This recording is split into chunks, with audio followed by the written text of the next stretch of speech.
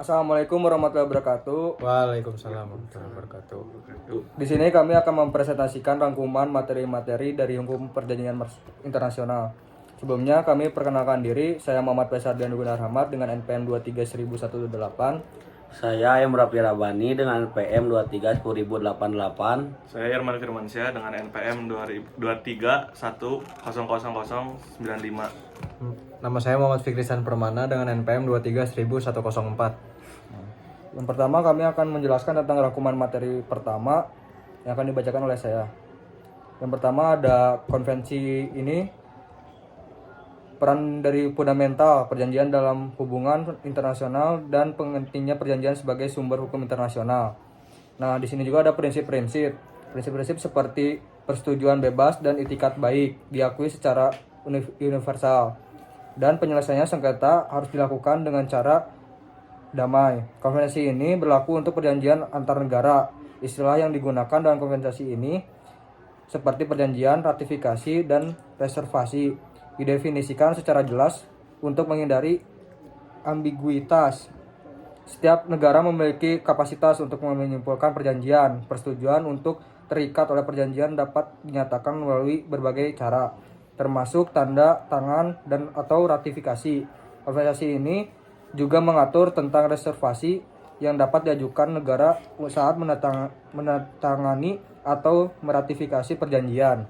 Nah, yang keduanya ada rangkuman materi kedua, menjelaskan tentang perjanjian internasional. Jadi perjanjian internasional adalah instrumen dasar dalam hubungan internasional yang memungkinkan negara-negara untuk meresmikan kesepakatan di berbagai bidang. Mereka merupakan komitmen yang mengikat secara hukum antara negara berdaulat atau organisasi internasional, membentuk salah satu pilar hukum internasional. Nah, yang selanjutnya ada perjanjian bilateral antara dua negara, fokus pada isu-isu kepentingan bersama. Nah, yang selanjutnya ada perjanjian multilateral, melibatkan banyak negara, seringkali mengenai isu lintas batas seperti perlindungan lingkungan dan hak asasi manusia.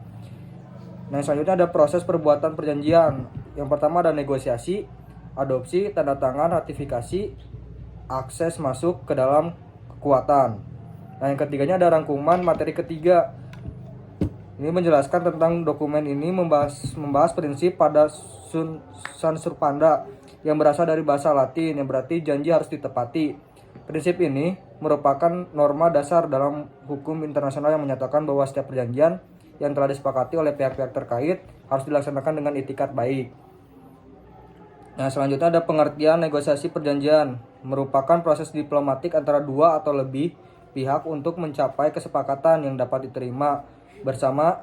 Prosesnya itu kompleks karena melibatkan berbagai kepentingan nasional, politik, ekonomi, dan perbedaan budaya. Nah, selanjutnya ada rangkuman keempat, menjelaskan tentang perjanjian internasional lagi. Perjanjian internasional adalah kesepakatan yang dibuat oleh dua negara atau lebih dalam bentuk tertulis yang menimbulkan hak dan kewajiban bagi pihak-pihak yang terlibat. Perjanjian ini diatur oleh hukum internasional dan dapat bersifat bilateral. Bilateral itu adalah antara dua negara, atau multilateral yang bersifat antara lebih dari dua negara. Nah, di sini juga menjelaskan tentang perundingan. Perundingan adalah tahap awal dalam perbuatan perjanjian internasional di mana wakil negara melakukan diskusi untuk mencapai kesepakatan mengenai substansi perjanjian. Tujuan dari perundingan ini adalah untuk saling bertukar pandangan dan menyelesaikan berbagai masalah seperti isu politik, ekonomi, dan sengketa lainnya.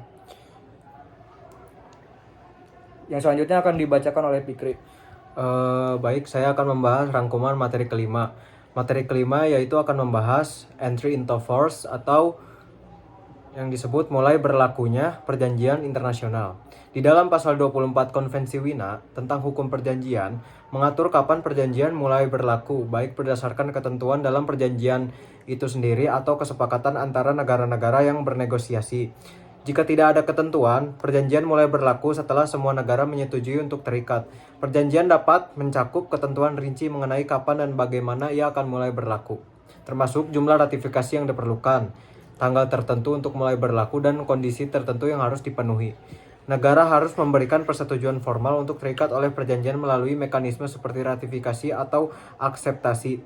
Perjanjian mulai berlaku setelah cukup banyak negara menyerahkan instrumen ratifikasi mereka. Selanjutnya adalah rangkuman materi ke-6 yang akan membahas reservasi. Latar belakang historis. Reservasi dalam hukum perjanjian adalah ketentuan yang memungkinkan suatu negara untuk membatasi atau mengubah efek hukum dari ketentuan-ketentuan tertentu dalam perjanjian agar sesuai dengan hukum atau kebijakan domestiknya. Konsep ini memungkinkan negara-negara menyeimbangkan. Konsep ini mengalami evolusi karena dipengaruhi oleh pergeseran persepsi tentang kedaulatan negara, kemunculan hak asasi manusia universal, dan peran negara dalam tata dunia global. Pada masa pra-abad 20, perjanjian antar negara khususnya di Eropa biasanya bersifat bilateral dengan negosiasi langsung dan sederhana tanpa mekanisme reservasi formal dikarenakan ratifikasi perjanjian dilakukan secara langsung tanpa hambatan.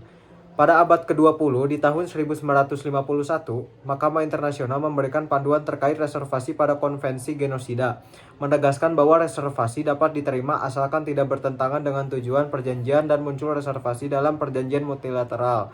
Konvensi Wina tahun 1969, konvensi ini memberikan kerangka kerja untuk reservasi, mengatur kondisi dan akibat hukum dari reservasi serta peran negara lain dalam menerima atau menolak reservasi.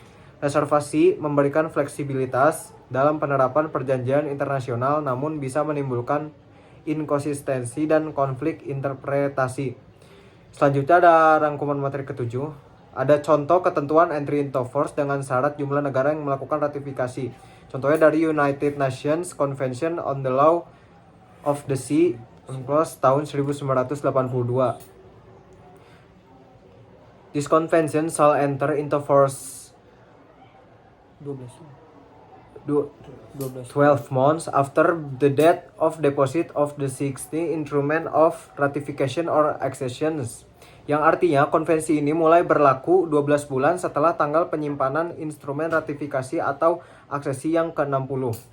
For each state ratifying or acceding to this convention after the deposit of the 16 instrument of ratification or accessions, the convention shall enter into force on the 30th day following the deposit of instrument of ratification or accession subject to paragraph. Artinya, bagi setiap negara yang meratifikasi atau mengaksesi konvensi ini setelah penyimpanan instrumen ratifikasi atau aksesi yang ke-60, konvensi ini akan mulai berlaku pada hari ke-30 setelah penyimpanan instrumen ratifikasi atau aksesi dengan tunduk pada ayat 1. Untuk rangkuman materi 8, dikarenakan hari itu sedang UTS, jadinya langsung ke rangkuman materi 9. Untuk rangkuman materi 9 akan dilanjutkan oleh rekan saya, Irman. Baik, untuk rangkuman materi 9, sistematika umum dalam praktik, Undang-Undang Nomor 24 Tahun 2000 tentang perjanjian internasional tidak memberikan format baku, namun kita dapat mengambil sumber hukum dari praktek kebiasaan internasional. Tidak adanya standarisasi karena fleksibilitas sifat perjanjian internasional dan proses perundingannya. Secara umum dapat ditemukan beberapa bagian, yaitu judul, pembuka, batang tubuh, klausula, penutup, pernyataan, lampiran. Judul biasanya memuat 3 hal, yaitu nomenklatur, pihak dan substansi perjanjian, tata urutan judul fleksibel, dan kesepakatan para pihak. Mengikuti kesepakatan para pihak. Sistem alternat, pada penulisan pihak, masing-masing pihak menempatkan dirinya sebagai pihak pertama pada tiap naskah perjanjian yang dimiliki, diikuti oleh pihak mitra. Pada perjanjian multilateral, biasanya menyebutkan nomenklatur, substansi, dan nama kota apabila melakukan framework. Bagian pembuka, preambul adalah komponen penting yang memberikan fondasi moral, politis, dan hukum bagi perjanjian internasional. Bagian pembuka tidak dapat dikategorikan sebagai ketentuan mengikat karena akan dimuat dalam batang tubuh. Penegasan bagian persetujuan menunjukkan komitmen yang kuat dari para pihak terhadap persetujuan, sifat perjanjian yang legally binding. Masing-masing memahami kewajiban moral namun belum mengikat secara hukum atau non-legally binding. Biasanya pada Memorandum of Understanding atau MOU. Selanjutnya materi ke-10, ketentuan umum, fondasi hukum dan konseptual dari perjanjian internasional sudah merupakan bagian yang diberi pasal dalam perjanjian internasional. 1. Memahami maksud dan ruang lingkup perjanjian. 2. Menghindari sengketa interpretasi. 3. Memastikan pelaksanaan perjanjian sejalan dengan hukum internasional yang berlaku. Ketentuan khusus dalam perjanjian internasional berisi peraturan rinci yang mencakup hak, kewajiban, dan prosedur pelaksanaan perjanjian. Bagian ini merupakan inti dari perjanjian karena mengatur substansi utama yang menjadi tujuan perjanjian tersebut. Selanjutnya menentukan tanggung jawab masing-masing pihak untuk memenuhi tujuan perjanjian. Contoh, dalam perjanjian lingkungan, pihak-pihak mungkin diwajibkan mengurangi emisi gas rumah kaca hingga batas tertentu, atau berhak atas pendanaan teknologi ramah lingkungan, memberikan pedoman teknis atau standar yang harus diikuti untuk memastikan konsistensi dalam implementasi. Yang selanjutnya rangkuman materi ke-11, latar belakang perjanjian internasional berkembang pesat setelah Perang Dunia II. Sebagai sumber hukum internasional, awalnya amandemen memerlukan surat bulat, unanimity rule. Namun, dengan keterlibatan banyak negara, aturan ini menjadi fleksibel. Aturan umum hanya para pihak dalam perjanjian yang berhak mengusulkan amandemen. Amandemen berlaku hanya untuk pihak yang menyepakati. Jika prosedur amandemen tidak diatur, berlaku pasal 39 dan 40 Konvensi Wina tahun 1969. Perjanjian multilateral dan bilateral. Perjanjian global seperti hukum laut melibatkan pihak berkepentingan dalam amandemen. Bilateral, proses lebih mudah dengan kesepakatan informal atau MOU yang dilanjutkan dengan ratifikasi formal. Mekanisme amandemen automatically binding berlaku otomatis untuk semua anggota, misalnya Piagam PBB pasal 108. Non-automatically binding amandemen hanya mengikat negara yang setuju dan terlibat dalam perjanjian hasil amandemen.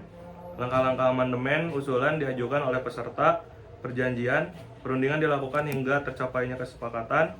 Hasil amandemen diberlakukan sesuai prosedur Konvensi Wina tahun 1969. Modifikasi melibatkan pihak tertentu dalam perjanjian multilateral tanpa mengubah keseluruhan perjanjian. Syarat modifikasi diperbolehkan dalam perjanjian, tidak bertentangan dengan isi perjanjian, tidak mempengaruhi hubungan hukum dengan pihak lain, dan tidak mengaruhi efektivitas perjanjian. Hasil modifikasi harus diberitahukan kepada semua pihak. Selanjutnya, rangkuman materi ke-12, amandemen perjanjian. Definisi: perubahan formal terhadap isi substantif suatu perjanjian termasuk ketentuan dan cakupannya. Amandemen memerlukan persetujuan para pihak yang terlibat dalam perjanjian. Prosedur biasanya diatur dalam perjanjian seperti pasal 40 FCLT yang mencakup pemberitahuan, negosiasi, dan penerimaan oleh para pihak. Mekanisme amandemen pengajuan usulan.